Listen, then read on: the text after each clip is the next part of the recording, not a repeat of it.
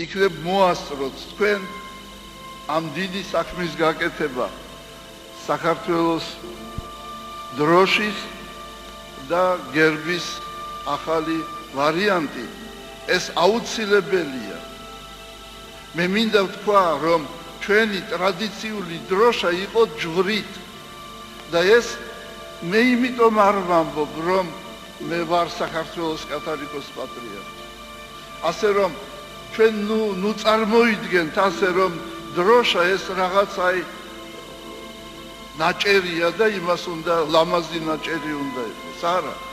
ამას აქვს თავისი ძალა, ძალიან დიდი ძალა. და არსებობდა ვახტანგისეული დროშა, სადაც იყო ერთი ჯვარი გამოსახული. დავითის დროშა, ბაგრატიონების დროშა, სადაც იყო 5 ჯვარი, ერთი დიდი და პატარა 4 ჯვარი.